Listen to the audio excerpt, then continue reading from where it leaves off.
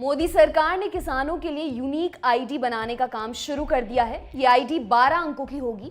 अंग्रेजी अखबार Indian express में छपी एक खबर के मुताबिक इसकी जानकारी केंद्रीय कृषि और किसान कल्याण मंत्रालय के एक वरिष्ठ अधिकारी ने दी है।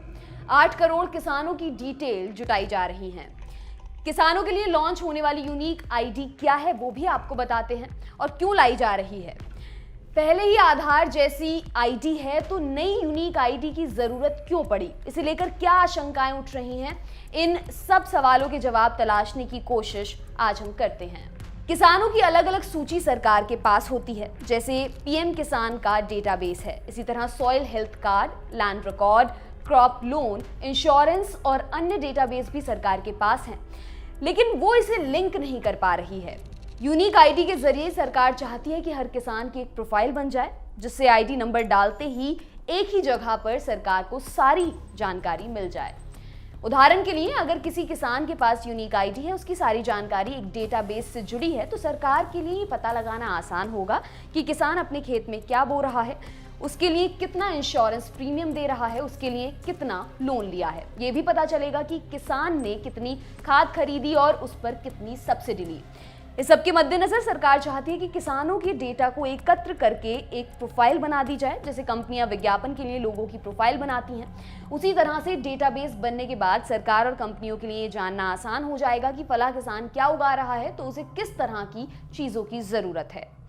अब जानते हैं कि यूनिक आईडी लाई क्यों जा रही है। ये जानने के लिए हमने बात की इंडियन इंस्टीट्यूट ऑफ फाइनेंस के प्रोफेसर अमन अग्रवाल से। उन्होंने दी लल्लन टॉप से बातचीत में बताया, तो 97-98 में मिनिस्ट्री ऑफ एग्रीकल्चर, आरबीआई ने और मिनिस्ट्री ऑफ फाइनेंस ने मिलकर किसान क्रेडिट कार्ड तो क्रिएट कर दिया, और उसके उत्तराधिकारी कर भी लेने लगे, लोग भी लेने लगे, उसको फैसिलिटी को लेने लगे। बट देखा जा रहा है कि काफ़ी सारे जो किसान क्रेडिट कार्ड के यूजेज हैं वो मिसयूज ज़्यादा हो रहे हैं, यूजेज कम हो रहे हैं। इसी तरीके से जो डायरेक्ट बेनिफिट ट्रांसफर्स किसान को देना चाहती है सरकार, और भी बहुत सारे बेनिफिट देना चाहती है, तो ये क्लियर नहीं हो पाता है कि जो ज़रूरतमंद किसान है वो उसको मिल रहे हैं या जिसको जरूरत नहीं है उसको मिल रहे हैं वो। क्योंकि आज जो भी कोई किसान के नाम पे क्लेम करता है कि मैं किसान हूँ, उसको सरकार रजिस्टर करके उसको वो बेनिफिट देना शुरू कर देती है। पर उसमें जो उन्होंने बनाया है कि मापदंड बनाया है कि किसकी जमीन कितनी है और किसको मिलना चाहिए, उसके हिसाब से वो दे नहीं पा रही। तो इसके लिए एक जो recording system, digital recording system बनाने की प्रक्रिया शुरू करी है, और मेरे विचार में बड़ी अच्छी है, और आगे जाके इससे काफ़ी सहूलियत मिलेगी किसानों को, सिर्फ क्रेडिट फैसिलिटी लेने में नहीं, पर बाकी जो सरकार के माध्यम है, चाहे वो हम मंडियों की बात करें, हम ई-नैम्स की बात करें, वहाँ पे रजिस्टर करने की बात करें, अपने सामान को, खान पदार्थ को बेचने की बात करें, उसमें भी उनको बेनिफिट मिलेगा। आगे जाके कभी कोई टैक्स लगता है या कोई स्ट्रक्चर बनता है उसके लिए, बिकॉज काफ़ी समय से इस पर डिबेट हो रही है कि जो रिच किसान है उनको, उनके ऊपर कुछ कर लगना चाहिए, जो छोटे किसान हैं उन पर ना लगे, पर जो रिच किसान है उन पर लगना चाहिए। पर रिच किसान को कैसे आइडेंटिफाई किया जाए कि कौन सा ऐसा किसान है जो बहुत अमीर है या साहूकार बन गया है पर किसान की लिमिट से ज़्यादा बड़ा हो गया है, उसको वो बेनिफिट की ज़रूरत नहीं है, और वो जो स्ट्रक्चर क्रिएट किया हुआ है सरकार ने उसकी ज़रूरत नहीं है। तो उसको आइडेंटिफाई करने के लिए ये जो मुहिम निकाली है सरकार ने, उससे बेनिफिट होगा, क्लैरिटी आएगी, डायरेक्ट बेनिफिट ट्रांसफर देने में उनको बेनिफिट होगा, और जो सरकार की स्कीम्स हैं उनको अच्छे से लागू करने में बेनिफिट होगा। और ये क्लियर होगा कि हिंदुस्तान में कितने किसान हैं और कितने किसान की कितनी जमीन है, और कौन सी जमीन किसानी के लिए इस्तेमाल हो रही है, मतलब पैदावार के लिए इस्तेमाल हो रही है, या कौन सी जमीन किसी और काम के लिए इस्तेमाल हो रही है। अब एक सवाल ये भी उठता है कि जब आधार है तो यूनिक आईडी की जरूरत क्यों। कृषि से जुड़े एक एक्सपर्ट ने नाम न छापने की शर्त पर दी लल्लन टॉप को बताया कि आधार के लिए बने कानून के मुताबिक कोई इसे पब्लिकली शेयर नहीं कर सकता है। उन्होंने कहा कि हालांकि लोग करते हैं, ये बात अलग है। ये भी सच है कि यूनिक आईडी से आधार लिंक होगा, क्योंकि बाकी डिटेल लिंक हो रही है, लेकिन सरकार सीधे आधार से सारे डेटा बेस को लिंक नहीं कर रही है, उसकी जगह यूनिक आईडी ला रही है। सरकार ने माइक्रोसॉफ्ट और अमेज़न जैसी कंपनियों से करार किया है। अगर सरकार किसी किसान के आधार का डेटा किसी कंपनी को देती है तो उसे बहुत कुछ पता चल जाएगा। लेकिन सरकार अगर किसी कंपनी को किसी किसान की खेती से जुड़ी जानकारी देना चाहती है तो ऐसे में यूनिक आईडी देगी। उसके आधार पर जो प्रोफाइल बनेगी वो किसान की खेती किसानी से जुड़ी होगी। किसानों की प्राइवेसी के पॉइंट ऑफ व्यू से देखें तो ये अच्छा है। इसी महीने की शुरुआत में केंद्र सरकार ने मुख्यमंत्रियों के सम्मेलन का आयोजन किया था। इस दौरान किसानों को ऐसी आईडी जारी करने और डेटाबेस बनाने की योजना पर चर्चा की गई थी। 6 सितंबर को केंद्रीय कृषि मंत्री नरेंद्र सिंह तोमर ने कहा था कि उनके मंत्रालय ने 5.5 करोड़ किसानों का डेटाबेस बनाया है। इस दिसंबर तक इसे बढ़ाकर 8 करोड़ कर दिया जाएगा। वहीं मंत्रालय के अतिरिक्त सचिव ने बताया, हमने आंतरिक रूप से यूनिक फार्मर आईडी बनाना शुरू कर दिया है। एक बार जब हम 8 करोड़ किसानों के डेटाबेस के साथ तैयार हो जाएंगे तो हम इसे लॉन्च करेंगे।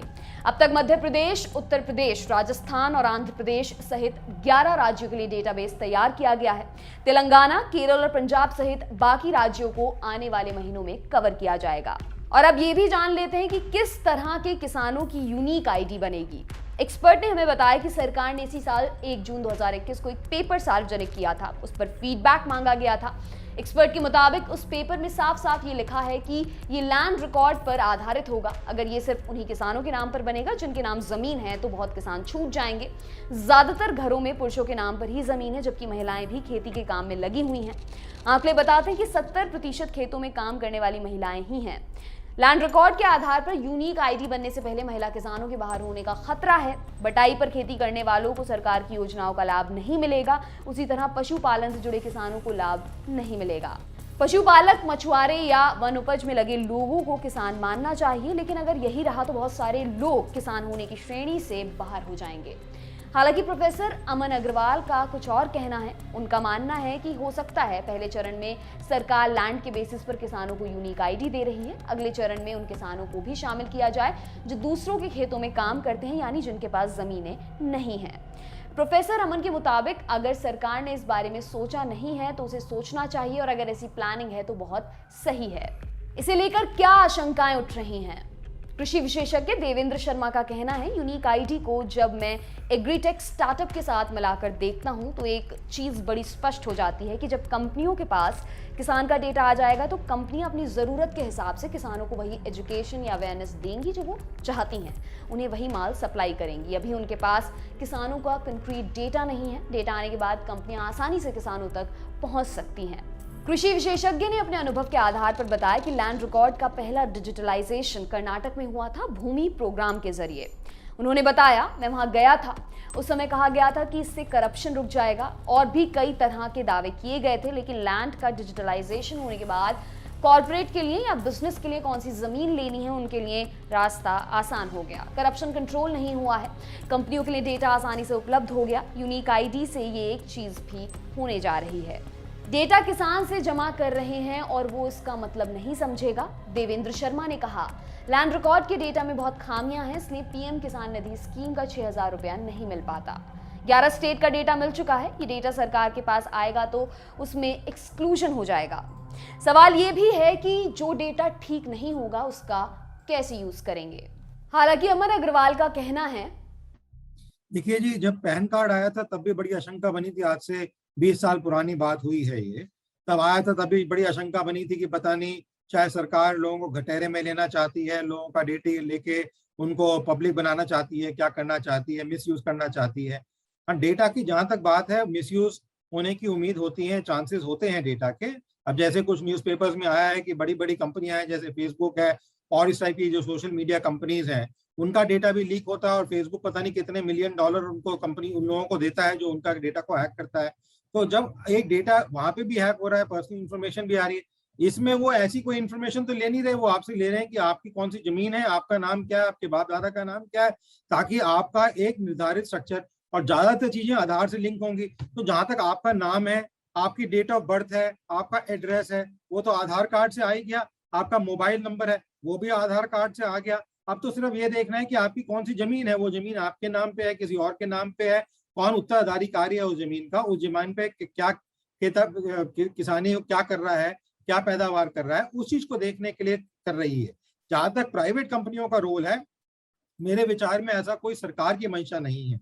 पर हाँ, जब भी देखा गया है कि चाहे ये सरकार हो चाहे कोई और सरकार हो, जब भी कोई ऐसी बड़ी नीति लाई जाती है तो कुछ जो सेक्टर के मेजर प्लेयर्स होते हैं, मैं कंपनियों की नहीं कहूंगा, जो मेजर प्लेयर्स होते हैं उस सेक्टर में, उनको देखने को मिला है कि उस चीज का, उस प्रणाली का फायदा उन सेक्टर के कुछ लोगों को जरूर होता है, क्योंकि वो ऑलरेडी उस सेक्टर में है, उन्होंने अपना जमा रखा है, चीजें जमा रखी, जैसे कोई ट्रैक्टर बेच रहा है या ट्रैक्टर बेचने वाली कंपनी है। अब उसको अगर पता चलता है कि ये किसान है, उनका ये आईडी है, अगर कोई पब्लिक इंफॉर्मेशन या सरकार के थ्रू कोई माध्यम से उनको ये पता चलती है इंफॉर्मेशन, तो वो जो टारगेट करना है किसानों को कि कितने लोगों को मॉडर्नाइज करना है, मैकेनाइज करना है, कितने लोगों को ट्रैक्टर देना है, कितने लोगों को खान परिवार देना है, वो सब कर सकते हैं। पर अगर पता ही नहीं है तो फिर तो रैंडम मार्केटिंग का जो पुराना स्टाइल चल रहा था कि घर घर जाए या घर घर काम करें, किसान किसान जाए, खेत खेत जाए, उसमें काम करें, तो वो चलता रहेगा। जब आंकड़ों को देखते हैं तो इनमें जो लोन वेवर होते हैं वो सिर्फ छोटे छोटे किसानों के नहीं है, उनको तो चलो समझ आती है कि छोटा छोटा कोई किसान हो, पर इसमें जो लोन वेवर ज्यादातर होते हैं वो बड़े किसानों के होते हैं, जो जमींदार की तरह काम करते हैं, उन्होंने किसानी तो करनी रखी है, पर उनके यहाँ मजदूर आते हैं, किसान आते हैं जो काम करते हैं उनके खेतों में, और वो इस टाइप के लोन्स ले लेके, उनके ऊपर वेवर ले लेके अपना पैसा जो मेहनत किसान ने की उसको बेच के भी पैदावार से पैसा कमा रहे हैं, और जो बैंकिंग का क्रेडिट है, आपका या मेरा पैसा बैंक में रखा है, उसको लोन के तरीके से कम दरों पे जो दिया जाता है किसान क्रेडिट कार्ड के थ्रू या और नाबार्ड के थ्रू दिया जाता है, उनको जो है मिस यूटिलाइज करके उनको अपने पास ऐंठा गया है। और ये क्लियर है, ये जो यूनिक आईडी जो बन रहा है उससे ये चीज और निकल के आएगी कि सरकार को जब पता चलेगा कि कौन सा किसान कितने जमीन के साथ है, चाहे वो कुछ फैमिली के अंदर हो, बिकॉज हमारे यहाँ कर्ता का सिस्टम है, एक जो मेंबर होता है उसके नाम पे जो अपनी जमीन रहती है, हो सकता है उस तरीके से, हो सकता है उनको बंटवारा कर दें जब वो रजिस्टर करें, वो चीज क्लियर नहीं है। बट अगर एक कर्ता के नाम पे आती है तो पता चलेगा कि कितना बड़ा किसके पास जमीन है और कौन किसान का काम कर रहा है, और उससे ये क्लियरिटी आ पाएगी कल को अगर जो लोन वेवर दिया जा रहा है तो कौन से किसान को दिया जा रहा है, कौन से किसान को नहीं दिया जा रहा है। जो जरूरतमंद किसान है, जिसको रियली जरूरत है उस किसान वेवर की, जहां पे चाहे वो ड्राउट्स आए या फ्लड्स आए, मतलब कि सूखा पड़ा, या जो है पानी बहुत ज्यादा आ गया उसकी वजह से खराब हो गई फसल, या कोई और जो है महामारी आ गई खेती के अंदर, या कोई ऐसी फैल गई चीज जिसकी वजह से प्रॉब्लम हो गई, उस किसान को मिल रही है वो बेनिफिट जब लोन वेवर की बात होती है, या उनको मिल रहा है जिनको इसकी जरूरत बिल्कुल भी नहीं है और जो सिर्फ इस स्कीम का फायदा उठा रहे हैं पिछले 15 से 17 सालों के अंदर। तो मेरे विचार में ये यूनिक आईडी जो बन रहा है उससे ये एक चीज और निकल के आएगी, और सरकार को जो अब डिसीजन मेकिंग करनी होगी, आगे पॉलिसी मेकिंग करनी होगी, उसमें सहूलियत मिलेगी, उसमें क्लैरिटी आएगी। अमन अग्रवाल की माने तो यूनिक आईडी से एक चीज और निकल कर आएगी, वो ये कि सरकार को खाद, बीज, फर्टिलाइजर के मामले में स्कीमों का लाभ देने में आसानी होगी।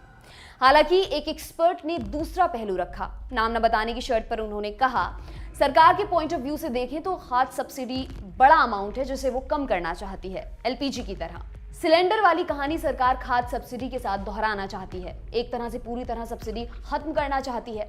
लैंड रिकॉर्ड और बाकी डेटाबेस को लिंक करने के बाद सरकार को यह पता लगाना आसान हो जाएगा कि किसी किसान के खाते में कितनी खाद की जरूरत होगी, उतनी ही सब्सिडी मिलेगी। किसान अगर ज्यादा खाद डालेगा तो उसे बिना सब्सिडी के खाद लेनी पड़ेगी। कंपनियों को ये फायदा होगा कि उनके पास एक डेटा होगा जो उनके लिए कस्टमर प्रोफाइल बन रहा है। इस एक्सपर्ट की माने तो यूनिक आईडी बनने से किसानों को मार्केटिंग के लिहाज से टारगेट करना आसान हो जाएगा। आपके लिए खबर लिखी हमारे साथी डेविड ने। मेरा नाम है दिव्यांशी। देखते रहिए दी लल्लन टॉप। शुक्रिया।